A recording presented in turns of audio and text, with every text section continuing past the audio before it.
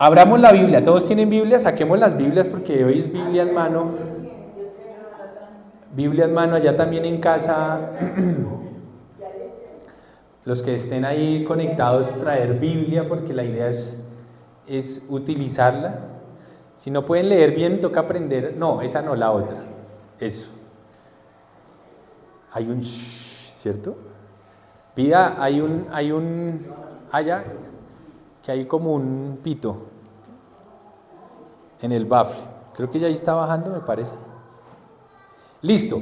Entonces, estábamos en el libro de Hechos, aprovechemos el tiempo. Hechos capítulo, habíamos quedado en el capítulo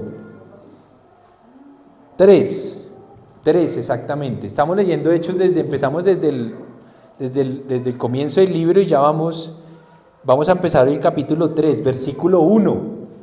Los que están en casa, Hechos capítulo 3, versículo 1. Para que abran la Biblia y vamos a leerla juntos. Mientras ustedes la abren, ahorita mientras cantábamos, yo me acordaba de cuando empecé todo este tema de buscar de Dios y de verdad que Él se volvió mi prioridad desde el comienzo. Me acuerdo que me iba solo, así nadie me acompañara, yo agarraba un bus y duraba 2 horas en un bus para llegar a la congregación donde empecé. Y hoy digo, haría lo mismo. Y hoy animo y hoy quisiera... Amor, ¿estamos grabando para grabar el mensaje? Antes de que sigamos hablando, a ver si estamos grabando, listo. Y es algo que de pronto todavía en nuestras ciudades, no hablo de esta congregación específica, sino en general en muchas congregaciones de pronto todavía no se le da la prioridad a esta búsqueda. Y se deja todavía a Dios como un segundo, tercer lugar, como cuando... Y no hablo específicamente de solamente venir a la congregación, hablo en la vida cotidiana. Obviamente hay que trabajar, hay que hacer otras actividades, pero me refiero a la forma de vida y a la forma de búsqueda intencional. Creo que eso fue lo que llevó a que Dios se manifestara en mi vida y creo que le doy gracias a Él porque lo sigue haciendo. Yo sé que mis hijas en el futuro van a servirle. Yo estoy seguro de eso, no tengo temor, pero obviamente depende de que yo me mantenga firme y las siga guiando hacia Él. Entonces, para animarles a que no bajen la guardia, que Él tiene que ser lo primero. Si hay algo que les empieza a robar el primer lugar de esa búsqueda, hay que rectificar rápido. Ese algo puede ser, no sé, la forma de hacer dinero, la forma de hacer negocios, las amistades con las que uno anda, algún tipo de actividad que de pronto me roba la paz, lo que sea, alguna persona puede ser, o personas, lo que sea, que usted diga, oiga, esto me está alejando, esto me ha hecho enfriar, esto me ha hecho como, ¿cómo se llama eso? Como empezar a menguar en la búsqueda. Entonces todos tenemos que estar ahí firmes, ¿listo? Bueno, vamos a ver Hechos, porque Hechos de hecho es un libro que nos habla como de ese comienzo ferviente de todos los primeros discípulos que creyeron en el Mesías ya hecho carne, ¿no? En la antigüedad muchos creían que el Mesías iba a venir y eso hacía que ellos también se mantuvieran en esa expectativa. Estos creyentes del libro de Hechos fueron creyentes que acababan de vivir digámoslo así, el aparecimiento del Mesías hecho carne y que sabían de hacía un par de días nada más, a un par de semanas, los sucesos tan increíbles que habían ocurrido de su muerte y resurrección. Obviamente muchos de ellos estaban recién entendiendo por qué la muerte y por qué la resurrección, ya que fueron los primeros 11, 12 apóstoles que empezaron a explicarles a los demás que Él o lo que había ocurrido con Él y ellos empezaron a creer. Hace 8 días leímos en el capítulo 2 que más o menos más de 100 personas empezaron a creer, de hecho más de 3,000 llegaron a ser, ahí decían un número, no me acuerdo si lo habíamos leído, antes de empezar el capítulo 3, en el capítulo 2, que hubo muchas personas que empezaron a recibir este mensaje de los primeros 11, 12, cuando digo 11 apóstoles fue porque el otro se ahorcó. Entonces, estos primeros apóstoles, su mensaje liderado por Pedro, que fue el que vimos que Pedro tomó la batuta de la predicación, empezaron a creer. Y acuérdese que hubo un número más o menos que empezó a creer que registra la Biblia, que está en Hechos capítulo 2, versículo 41, dice que aquel día se unieron a la iglesia unas 3,000 personas a la asamblea de Dios. Cuando dice a una iglesia no quiere decir que era un lugar llamado X o Y, sino que era el cuerpo de creyentes que se le llamaba iglesia o asamblea, y fueron como 3,000 personas que creyeron con la predicación de Pedro ese día. Entonces imagínense. Ahora sí leamos qué pasó después. Hechos capítulo 3, versículo 1, dice: un día subían Pedro y Juan, que eran dos de los 11 apóstoles, subían al templo a las 3 de la tarde, que es la hora de la oración. En esa época ellos tenían ciertas horas, y una de ellas era a las 3 de la tarde, y subían al templo. El templo era el que estaba en Jerusalén. Ese templo todavía estaba, ¿cómo se llama? Sí, erguido, estaba construido. Ese templo hoy en día ya no existe. Eso fue destruido posteriormente. Pero en ese momento todavía estaba en pie. Y ese era el templo que para el momento era sagrado. ¿Y se acuerdan que el Señor Jesús, Yeshua, antes de morir y de partir de la tierra, Él dijo que cuando les dijo a sus apóstoles: si ven este templo, pues les aseguro que no quedará piedra sobre piedra, pues todo será destruido. Eso fue Él de antemano les avisó que eso iba a pasar, pero ahí todavía en ese momento, todavía seguía en pie. Porque hasta ahora habían pasado como un par de días, más de un mes, como más de 40 días apenas que el Señor se había ido, pero esa profecía se iba a cumplir unos años más adelante. ¿Listo? Sin embargo, ahí seguía en pie el templo y ellos iban a orar al templo, ¿no? Entonces dice: un día subía Pedro y Juan al templo, allá en Jerusalén, a las 3 de la tarde, es la hora de la oración. Dice: junto a la puerta llamada Hermosa. Ese templo tenía como ¿cómo se llama?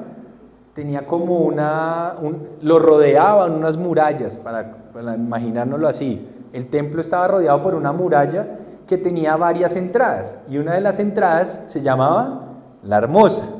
¿Listo?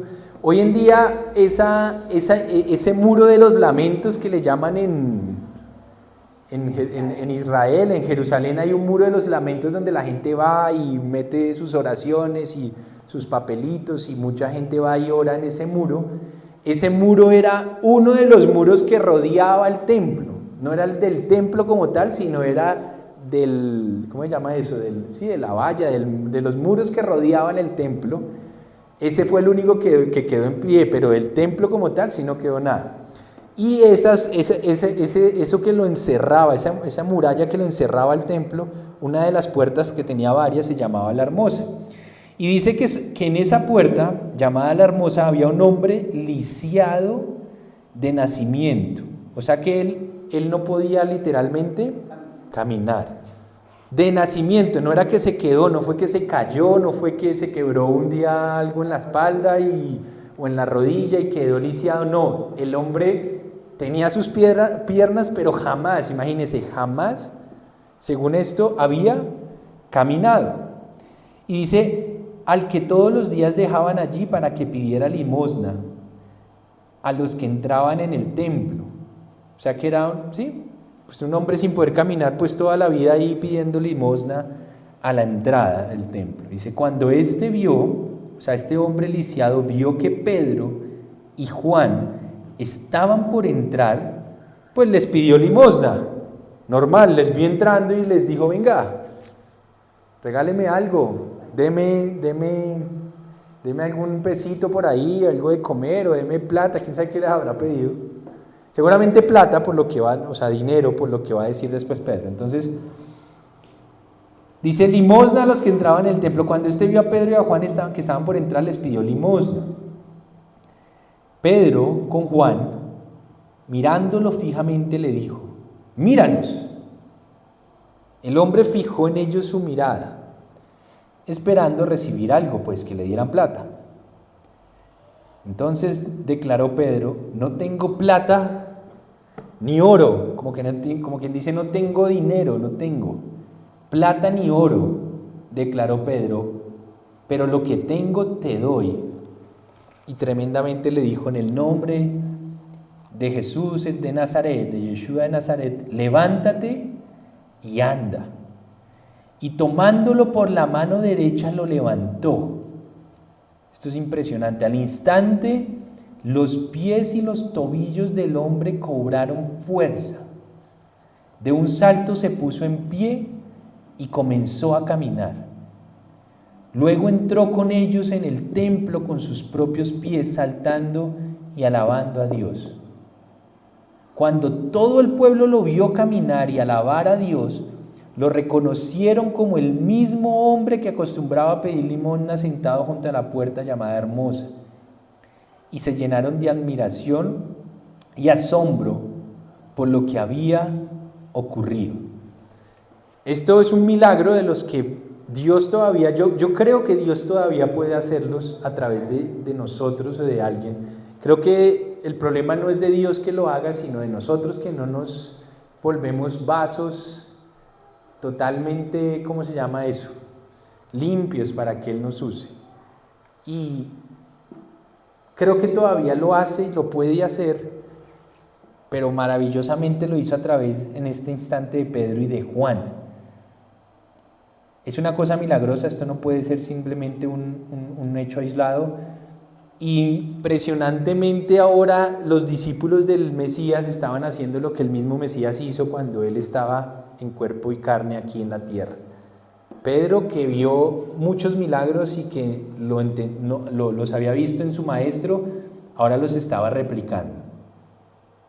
Dice, versículo 11, mientras el hombre seguía aferrado a Pedro y a Juan, o sea, el hombre que era el exlisiado, digámoslo así, toda la gente que no salía de su asombro corrió hacia ellos al lugar conocido como Pórtico de Salomón. Esa era otra parte de todo el templo.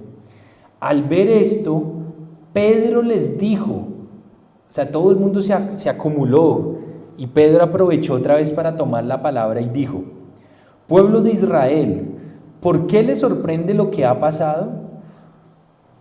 ¿Por qué nos miran como si por nuestro propio poder o virtud hubiéramos hecho caminar a este hombre? A mí me causa mucha alegría ver la humildad de Pedro, ¿no? De inmediato, lo que hizo decirle, lo que le empezó a decir a la gente es: pilas, porque yo no lo acabo de hacer, o no acabamos de hacer esto. Esto es por virtud de otro que no somos nosotros. Se quitó de una vez el crédito. Eso era humildad.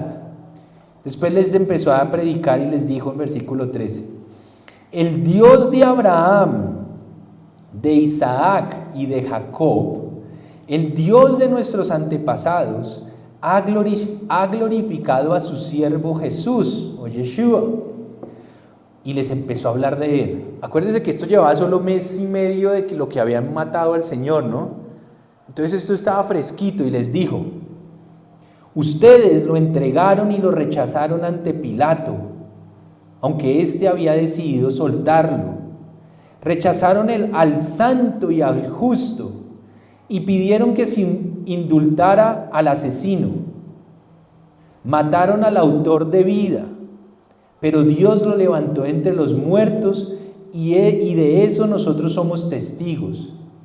Por la fe en el nombre de Jesús, Él ha restablecido a este hombre, o sea, lisiado, a quienes ustedes ven y conocen. Esta fe que viene por medio de Jesús lo ha sanado por completo, como les consta a ustedes. Ahora bien, hermanos, yo sé que ustedes y sus dirigentes actuaron así por ignorancia, pero de este modo Dios cumplió lo que de antemano había anunciado por medio de todos los profetas, que su Mesías tendría que padecer. Por tanto, para que sean borrados sus pecados, arrepiéntanse y vuélvanse a Dios, a fin de que vengan tiempos de descanso de parte del Señor, enviándoles el Mesías que ya había sido preparado para ustedes, el cual es Jesús.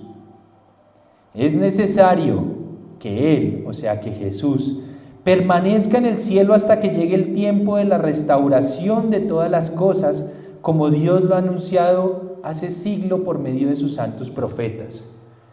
O sea que ya Pedro les estaba diciendo, Él va a volver, pero es necesario que Él esté allá mientras llega el tiempo de la restauración de todas las cosas. Yo creo que ese tiempo está muy cerca. No puedo decir si somos esta generación, no me gusta asegurar, pero esta cosa cada vez se pone peor y cada vez el mundo está más grave.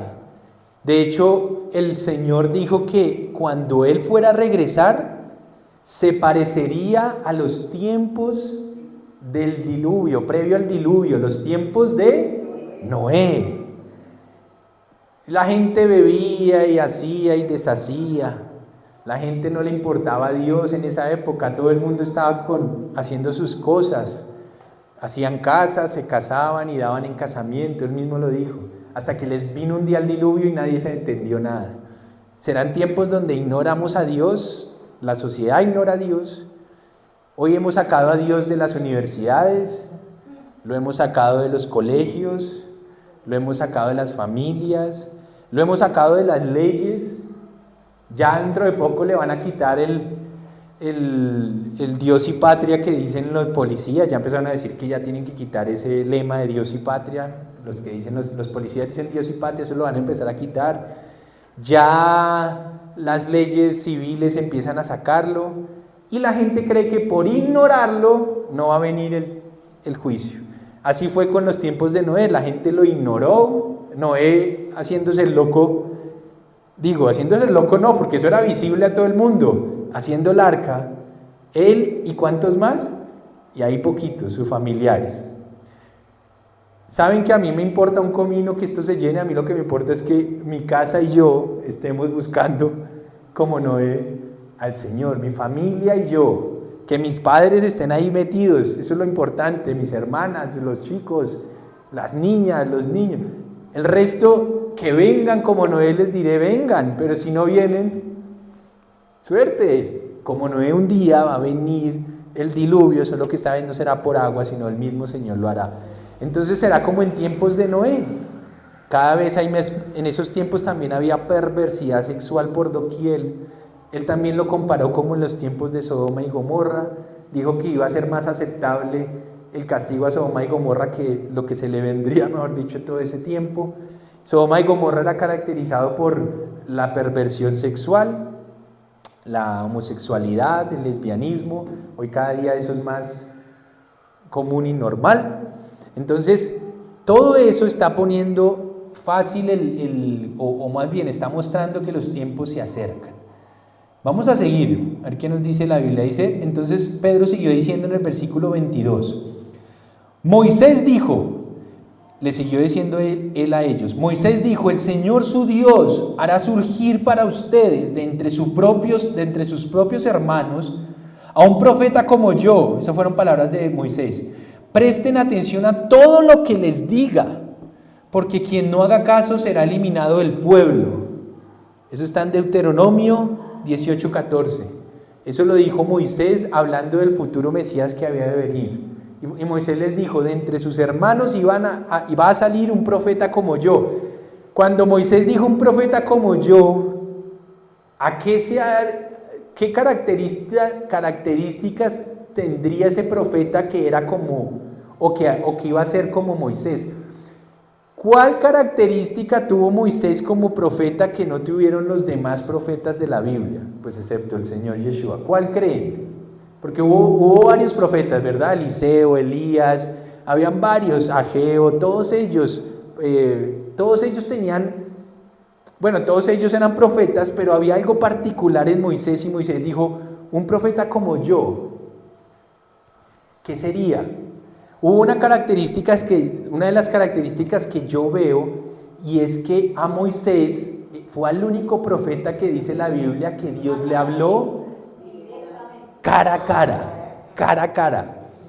O sea que los demás profetas, digamos que seguramente oían su voz, o un ángel se les decía o no sé cómo era, no lo puedo describir.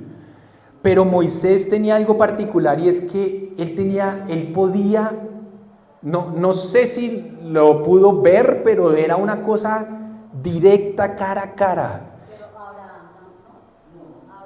Pues todos digamos que tenían obviamente una relación y de alguna manera les hablaba directo, pero Moisés tenía algo particular y es que él subía, ¿se acuerdan que él subía al monte?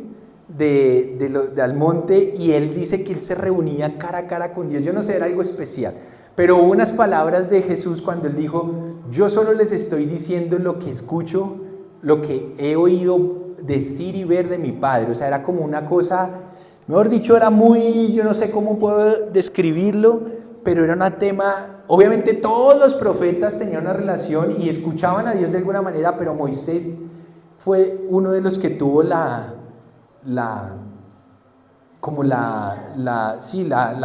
fue una relación cara a cara, donde él podía subir al monte, y yo no sé cómo era eso, porque no lo puedo explicar, y Jesús dijo: yo les vengo a hablar lo que yo veo, y lo que yo veo y veo hacer y escucho de mi Padre. O sea, era un tema directo. Él era un profeta de entre sus hermanos, porque obviamente él era judío, parte de las tribus de Israel, y era un profeta que ya desde antemano Moisés les estaba advirtiendo: pilas, porque viene un día, uno de entre ustedes van a ser un profeta como yo, y él les advierte. ¿Qué les dice? Dice: un profeta como yo, préstenle atención a todo lo que él les diga, porque quien no le haga caso será eliminado del pueblo. Y prácticamente hacerle caso es primero arrepentirse de nuestra maldad, reconocer que no hay otro como Él y que Él es el único que nos puede llevar al Padre. Y segundo, enderezar nuestros caminos conforme a lo que Él nos explicó. No hay nada más que decir. Él dice: quien no le haga caso a Él, a ese profeta que iba a salir, dijo Moisés, va a ser eliminado del pueblo. Punto, eliminado. Entonces, vamos a ver qué ocurre en el futuro, y espero que nosotros no vayamos a ser eliminados por ignorar estas palabras. Después sigue Pedro diciendo en el versículo 24: en efecto, a partir de Samuel, que fue otro profeta, todos los profetas han anunciado estos días. O sea, los días en que iba a venir, la primera venida del Mesías, que iba a padecer. Ustedes pues son herederos de los profetas y del pacto que Dios estableció con nuestros antepasados al decirle a Abraham: todos los pueblos del mundo serán bendecidos por medio de tu descendencia. Que esa descendencia era uno solo, que era el Mesías. Cuando Dios resucitó a su siervo, hablando de Jesús, de Yeshua, lo envió primero a ustedes para darles la bendición de que cada uno se convierta de sus maldades. O sea, le está diciendo: Dios hizo esto en orden. Una vez resucitó, Él lo envió a nosotros, los de Israel, los judíos. Somos los primeros en escuchar sus palabras, para ser los primeros en que nos arrepintamos de nuestras maldades. Ya después íbamos a entender que Él iba a acrecentar su mensaje a todas las demás naciones. Sigamos, Hechos capítulo 4, versículo 1. Mientras Pedro y Juan le hablaban a la gente, se les presentaron los sacerdotes, el capitán de la guardia del templo y los saduceos. Estaban muy disgustados porque los apóstoles enseñaban a la gente y proclamaban la resurrección, que se había hecho evidente en el caso de Jesús. Estos se fueron los mismos líderes del pueblo de Israel, religiosos, que ellos creían tener la potestad de enseñarle al pueblo. Estaban supremamente disgustados. Fueron los mismos que lideraron la muerte del Señor y ahora no se habían arrepentido. Seguían liderando ahora la persecución a quienes lo predicaran. Entonces dice, versículo 3, prendieron a Pedro y a Juan, o sea, los agarraron, y como ya anochecía, los metieron a la cárcel hasta el día siguiente. Pedro y Juan terminaron esa noche en la cárcel. ¿Por qué? Por predicar o enseñarles del Mesías. Después, ¿qué dice? Acuérdense que un día nos van a meter a la cárcel. Esto se va a poner cada vez peor y los que prediquemos o hablemos de él abiertamente seguramente seremos enviados a la cárcel. Versículo 4. Pero muchos de los que oyeron el mensaje creyeron. Y el número de estos llegaba ahora a unos 5 1000. Al principio eran como 3000, ya iban como en 5000 que creían. Esto era muy rápido, la gente estaba arrepentida. Obviamente esos líderes religiosos no, pero la mayoría del pueblo sí. Entonces en ese momento Pedro y Juan quedaron en la cárcel. Versículo 5. Al día siguiente se reunieron en Jerusalén los gobernantes, otra vez todos los líderes religiosos, los ancianos, políticos, maestros de la ley. Allí estaban el sumo sacerdote Anás, Caifás, Juan, Alejandro y los otros miembros de la familia del sumo sacerdote. Hicieron que Pedro y Juan comparecieran ambos ante ellos y comenzaron a interrogarlos. Le empezaron a hacer lo mismo que hicieron con Yeshua antes de su muerte, interrogarlos, todos estos líderes políticos religiosos. ¿Con qué poder, les preguntaron, o en nombre de quién hicieron ustedes esto? ¿De qué les estaban preguntando? ¿Hicieron ustedes qué? El milagro del lisiado. Le estaban preguntando sobre el milagro, porque acababa de ocurrir, toda la gente estaba alborotada, los arrestaron esa noche, ellos sabían por qué lo sabían. ¿Por qué se había alborotado la gente? Que fue porque todo el mundo se dio cuenta que el lisiado famoso estaba ahora sano. Entonces estos líderes empezaron a decir, ¿con qué poder o en nombre de quién hicieron ustedes ese milagro? Pedro, lleno del Espíritu Santo, les respondió. Esto también es parte del poder del Espíritu de Dios en nosotros, que nos dé la capacidad de responder cuando estemos enfrentando una situación de interrogación, de presión, de poder tener sabiduría para hablar. Y dijo, gobernantes del pueblo y ancianos. Cuando le dice ancianos no son viejitos, sino eran los que según ellos tenían un prestigio de tener autoridad sobre el pueblo. ¿Listo? Hoy se nos procesa por haber favorecido a un inválido, les empezó a decir, y se nos pregunta cómo fue sanado. Sepan pues todos ustedes y todo el pueblo de Israel que este hombre está aquí delante de ustedes sano gracias al nombre de Jesús de Nazaret, crucificado por ustedes, pero resucitado por Dios. Yeshua es la piedra que desecharon ustedes los constructores, que ha llegado a ser la piedra angular. Eso era parte de los profetas también, se los dijo. De hecho, en ninguna otra persona, les estaba diciendo, hay salvación, porque no hay bajo el cielo otro nombre dado a los hombres mediante el cual podamos ser salvos. O sea, aprovechó la situación y lleno del Espíritu Santo les empezó a decir, ustedes están muy equivocados, crucificaron al que es el Mesías, sigan pensando que no es y entiendan que esto que acaba de ocurrir con el lisiado no ocurrió por otra cosa, sino porque Él está vivo, resucitado por su nombre.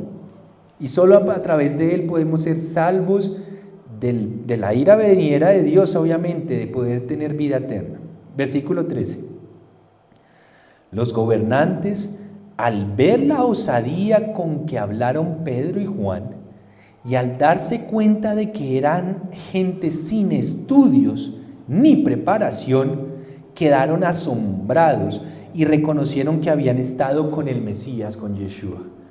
Acuérdense que Pedro y Juan, Pedro un pescador, Juan no me acuerdo, pero no era muy letrado tampoco. Era como si hubiera alguien de por ahí que usted ve siempre muy en la calle, tener la osadía de empezar a hablar de una manera tan clara de las Escrituras, o por lo menos con tanta capacidad que los dejaron a ellos callados, como dicen por ahí. Versículo 14. Además, como vieron que los acompañaba el hombre que había sido sanado, no tenían nada que alegar. Claro, pues estaban graves. Así que les mandaron que se retiraran del consejo y se pusieron a deliberar entre sí. ¿Qué vamos a hacer con estos sujetos? Miren, en vez de arrepentirse y en vez de decir basta, ellos deben tener razón, nosotros la embarramos, mandamos hace mes y medio a matar al que era nuestro Mesías. No, Su corazón estaba totalmente endurecido, oscurecido, y se mantenían en su pecado. Y en vez de arrepentirse, empezaban a preguntarse, versículo 16, ¿qué vamos a hacer con estos sujetos? Es un hecho que por medio de ellos ha ocurrido un milagro evidente. Todos los que vivían en Jerusalén lo saben, y no podemos negarlo, pero para evitar que este asunto siga divulgándose entre la gente, vamos a amenazarlos para que no vuelvan a hablar en el nombre de Jesús a nadie, de Yeshua a nadie. O sea, ellos dijeron, bueno, como esto ya está tan evidente y como el milagro es tan claro y no podemos refutarlo, ahora vamos a amenazarlos y diciéndoles que no pueden hablar más de Él. A nosotros quizás todavía no nos amenacen, ¿no? Pero sí algunas circunstancias hacen que empecemos a callar. Hay veces cuando nos empezamos a desviar un poquito y estamos tan metidos en otros temas.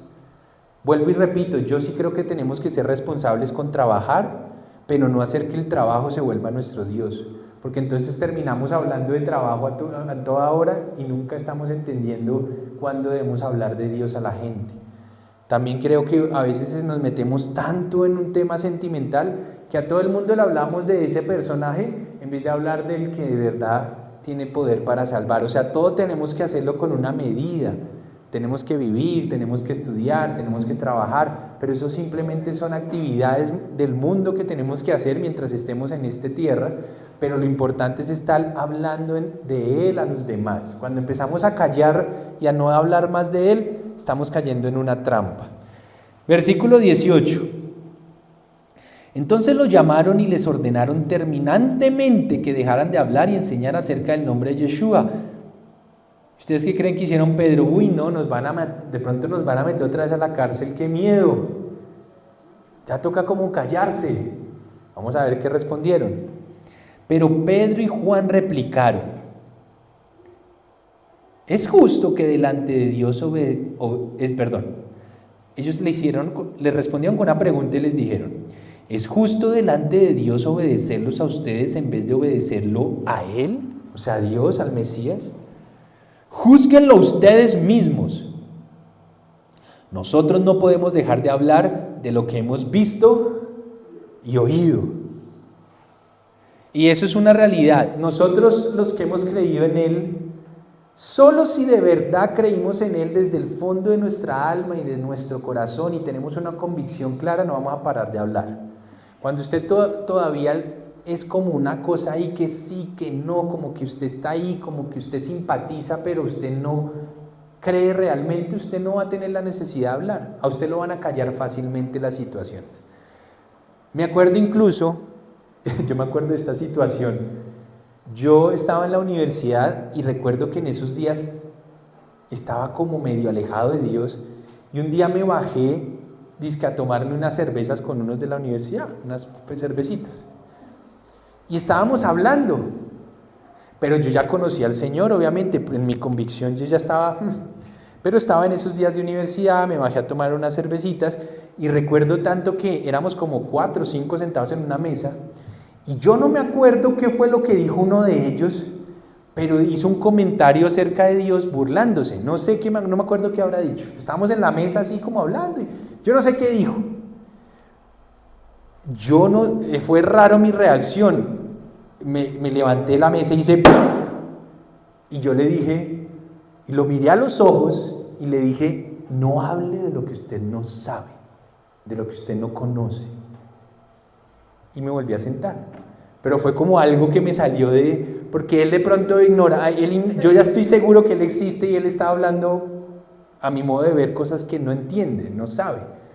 Y simplemente hice eso y el muchacho pues no dijo, de pronto no entendía al fondo que me pasaba a mí, que yo ya sabía de qué estoy hablando, pero él no se esperó que alguien fuera como a defender el nombre del Señor o a Dios en medio de una conversación entre cervezas. Pero de lo que voy es que cuando uno ya tiene eso adentro es imposible que usted se calle. Y después dice, versículo 21, después de nuevas amenazas, los dejaron ir. O sea que a pesar de que ellos respondieron eso, estos líderes empezaron o los siguieron a amenazar. ¿No? ¿Quién sabe quién les habrá dicho? Si ustedes siguen hablando y si usted cree que los vamos a matar, los vamos a meter a la cárcel, los vamos a apedrear, ¿quién sabe? Pero los dejaron ir al final. Por causa de la gente no hallaban manera de castigarlos. Todos alababan a Dios por lo que había sucedido, pues el hombre que había sido milagrosamente sanado tenía más de 40 años. O sea que era un hombre que llevaba 40 años lisiado. A mí me gustan los juegos de los números, pero preciso tenía 40 años y Dios hizo esto.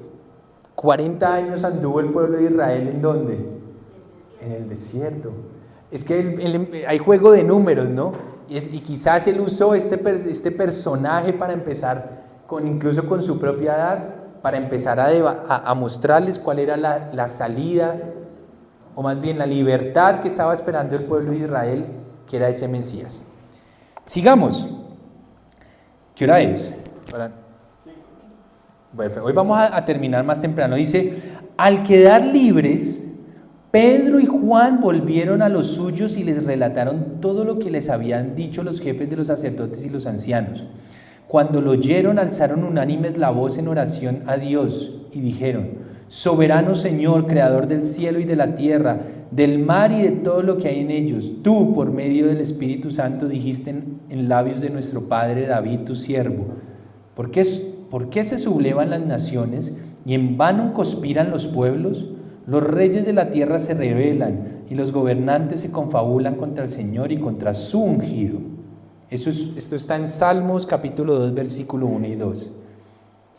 Siguieron diciendo, en efecto, en esta ciudad se reunieron Herodes y Poncio Pilato con los gentiles, o sea, los que no eran de los judíos, los demás naciones, y con el pueblo de Israel, contra tu santo, tu siervo Yeshua, a quien ungiste para hacer lo que de antemano tu poder y tu voluntad habían determinado que sucediera.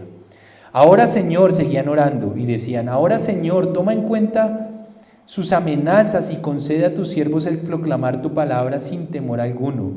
Por eso extiende tu mano para sanar y hacer señales y prodigios mediante el nombre de tu santo siervo Yeshua. Después de haber orado, tembló el lugar en que estaban reunidos. Todos fueron llenos del Espíritu Santo y proclamaban la palabra de Dios sin temor alguno. Esta es otra señal de tener el Espíritu Santo, que se proclama o usted habla el nombre del Señor sin temor, sin pena. Cuando uno todavía no está lleno del Espíritu Santo y todavía es un simpatizante más, no un siervo real del Mesías, usted le da pena, ¿o no? Le da temor, a la primera de cambio se calla. Es un tema totalmente oculto. Hay que salir del ¿qué? Del closet, pero cuando uno sale del closet no es para decir que uno es gay o es lesbiana, todo eso. Uno debería salir del closet para proclamar el nombre del Señor ya sin más temor. Eso es estar también lleno del Espíritu Santo. Yo creo firmemente que una persona gay que practica la homosexualidad, si se arrepiente, Dios lo puede liberar. Pero si acepta que es un pecado, al igual que el que ve pornografía, al igual que el que le es infiel a su esposo o a su esposa, al igual que el que es mentiroso, igual que el que es mujeriego, igual que el que es borracho, igual que el que es drogadicto, todo eso es lo mismo a la final. Lo primero que hay que es decir, oiga, yo creo en Él, me arrepiento, yo necesito a este Salvador, a este Mesías. Pero mientras usted no crea, al igual que los de esta época, que Él era el Mesías, es como si usted fuera de los líderes religiosos de esa época, los ancianos de esa época, que en vez de arrepentirse seguían buscando la forma era de callar a los que lo predicaban. Vamos a seguir otro momentico. Dice, versículo 32, todos los creyentes eran en un solo sentir y pensar. Mire esto, nadie consideraba suya ninguna de sus posesiones, sino que las compartían. Se parecen a nosotros que queremos es acumular y acumular para uno y para uno. Ellos obviamente tenían posesiones, pero no las consideraban, esto es mi punto. No, tenían una visión de cómo puedo compartir a mis hermanos en los que más tienen necesidades. Versículo 33. Los apóstoles a su vez con gran poder seguían dando testimonio de la resurrección del Señor Jesús. La gracia de Dios se derramaba abundantemente sobre todos ellos, pues no había ningún necesitado en la comunidad. Mire esto, quienes poseían casas o terrenos los vendían, llevaban el dinero de las ventas y lo entregaban a los apóstoles para que se distribuyera cada uno según su necesidad. Me parece esto increíble, maravilloso. Y esto no quiere decir que se quedaran en la calle, obviamente era gente que tenía en abundancia, entonces agarraban la mayoría de sus terrenos y les decían, vea, los vendo y tomen, y confiaban tanto en los apóstoles para que ellos distribuyeran en la comunidad según todas, porque ya acuérdense que iban 5,000, entonces como quien dicen, todos esos 5,000 más todos los que iban llegando, ellos se ponían la tarea de quiénes necesitaban y quiénes no. Se parecen a nosotros, ¿verdad? Que nosotros estamos luchando y queriendo y acumular para mí, y a duras penas usted le da a sus hijos y eso porque son de su sangre, y eso. Aquí ellos entendieron, somos un pueblo, somos hermanos y vamos a compartir los que más tenemos para que los que menos tienen no sufran necesidad. Y vendían, mire, de aposta vendían sus posesiones o casas, todos estos terrenos que tenían, y llevaban el dinero y las ventas y lo entregaban a los apóstoles para que se distribuyera cada uno según su necesidad. Dice José, un levita natural de Chipre, a quien los apóstoles llamaban Bernabé, ese es el famoso Bernabé, que significaba consolador, él vendió un terreno. O sea, este Bernabé vendió un terreno que él poseía, dieron el ejemplo de él, llevó el dinero y lo puso a disposición de los apóstoles. Entonces ellos llegaban y seguramente todos empezaron a entender que tenían que compartir, los que más tenían, y Bernabé dijo un día, oiga, yo tengo un terreno aquí subiendo bueno, yo no sé cómo allá en las tierras, por si fuéramos por acá, oiga, yo tengo un terrenito por allí, voy a venderlo y lo voy a traer a los apóstoles para que ellos lo administren porque sé que acá hay necesidad. Yo no sé, pero yo si tuviera plata creo que haría lo mismo y empezaría a repartir. Eso no quiere decir que usted deje de producir, siga produciendo, pero es que usted debería producir para seguir ayudando. Tampoco quiere decir que es que quedarse sin nada, porque entonces, imagínese que usted,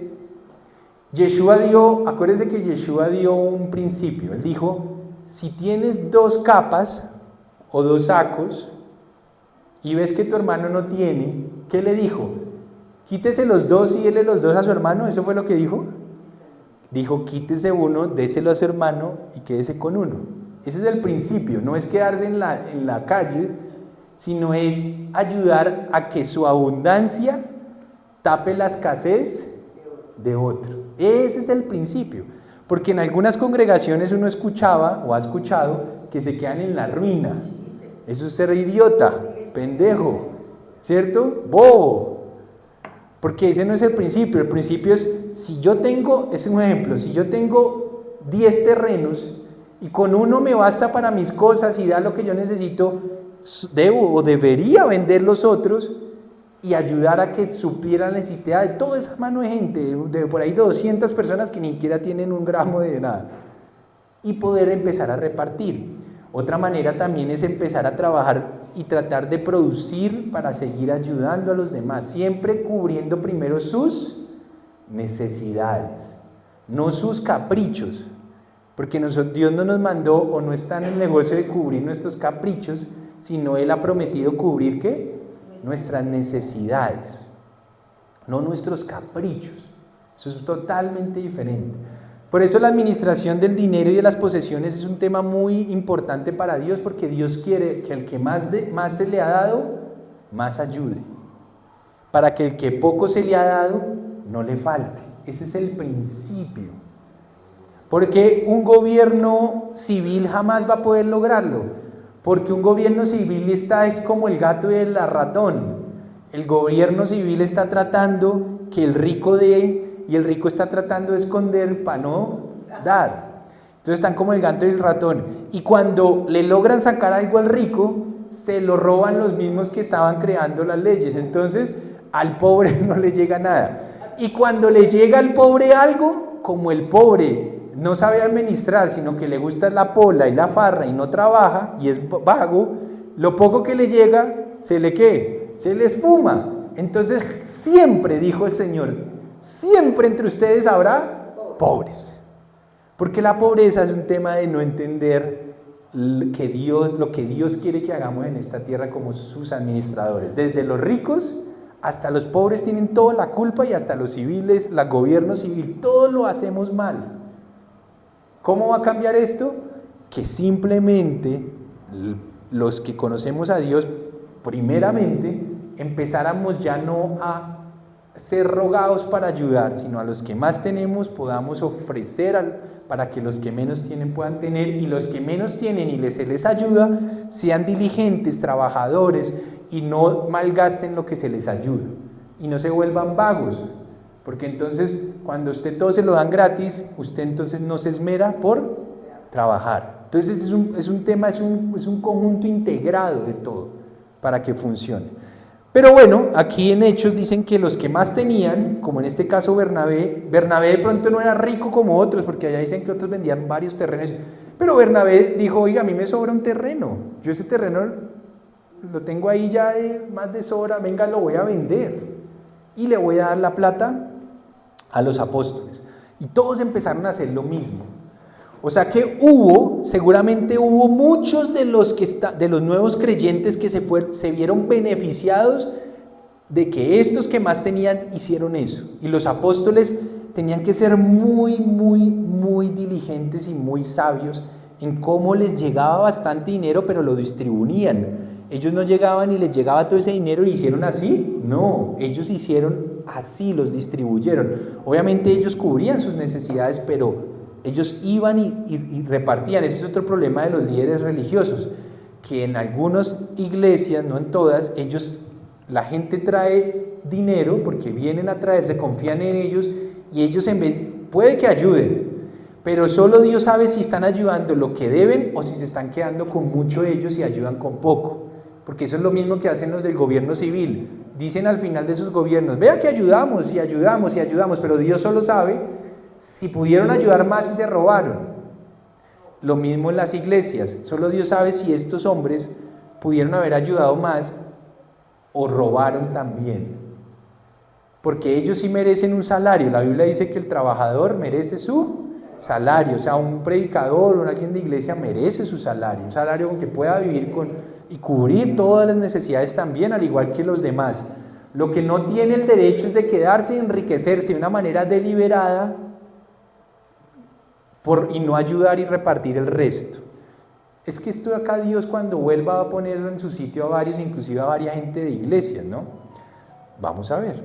Eso no quiere decir que alguien de iglesia no pueda tener sus cositas y un día una casa modesta. No, claro, pero es que se enriquecen. ¿Se acuerdan que en la ley civil hay algo que da cárcel que se llama el enriquecimiento ilícito?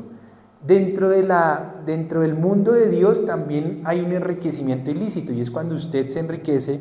Es como si los apóstoles se quedaran con todo el dinero de los terrenos que vendían los demás, y les dieron 1,000 pesos a los apóstoles por todos los terrenos, y ellos terminando dándole por allá 50 pesos a los pobres. Y todo el mundo, ay, tan lindo los apóstoles, le dieron 50 y se quedaron esos con 950. Eso es ser ladrón. Pero probablemente si ellos en sus necesidades se cubrían con 50 y los demás 950 lo daban ¿a qué? A los necesitados. Eso es diferente. Dios sabrá. Pero en ese momento estos apóstoles lo hacían muy bien y la gente confiaba en ellos. Vamos a terminar leyendo lo que pasó en el capítulo 5, versículo 1. Un hombre, esto estaba pasando, todo estaba en auge, el tema de ayudar a los demás, de vender y poner en disposición el dinero. Pero mire lo que ocurrió. Capítulo 5, versículo 1 de Hechos. Dice: un hombre llamado Ananías también vendió una propiedad. Claro, Ananías vio que todos estaban como vendiendo propiedades, que el Espíritu Santo se manifestaba de una manera tremenda. De pronto dijo: oiga, movido de pronto como por... Y este es el peligro de cuando usted se mueve por emoción y no por convicción. Quizás él, movido por emoción, viendo que los demás hacían lo mismo, dijo: oiga, yo también tengo como que un terreno que me sobra. Entonces, Ananías dijo: voy a venderlo. Y dice, vendió una propiedad. Pero mire lo que pasó. Y en complicidad con su esposa Safira. O sea que los dos se pusieron de acuerdo, ¿para qué? Se quedaron con parte del dinero y pusieron el resto a disposición de los apóstoles. Aquí hubo un grave error. Porque los demás estaban comprometiéndose seguramente públicamente de que vendían el terreno y todo lo de la venta del terreno se lo iban a dar a los apóstoles. Es probable que esta pareja de esposos se haya comprometido públicamente a hacer lo mismo. ¿Cuál fue el problema? Que cuando ellos fueron y vendieron el terreno, y hagan de cuenta que por el terreno le dieron 5,000 pesos, ellos al ver ese dinerito en la mano y que era como bastante para su época, dijeron: oiga, esto es como mucho. Y dijeron: nosotros para qué abrimos la boca ya que íbamos a dar todo el dinero. El problema es que ellos no entendían que Dios había escuchado su promesa. ¿Recuerda que hay uno de los mandamientos de la Torá que dice que cumple tus promesas? Que es mejor que no le hagas promesas a Dios, que la hagas y no la cumplas. ¿Se acuerdan? Que dice Dios: veas, yo prefiero que usted no me haga promesas. Ahora, si me las haces, asegúrate de cumplirlas. ¿Qué era lo que estaba pasando acá? Que ellos, es muy probable que delante y públicamente del mismo Dios se hayan comprometido a traer el 100% de esa venta. ¿Qué pasó? Cuando vieron el dinero en la mano, su corazón todavía no estaba limpio y dijeron: nos pusimos a prometer eso, pero ¿quién se va a dar cuenta? Digamos que lo vendimos por 3,000 y guardemos estos 2,000. ¿Cierto? Entonces, en complicidad, tanto esposa como esposo dijeron: pues sí, hagámosle. Entonces se quedaron con parte de dinero y pusieron el resto a disposición de los apóstoles.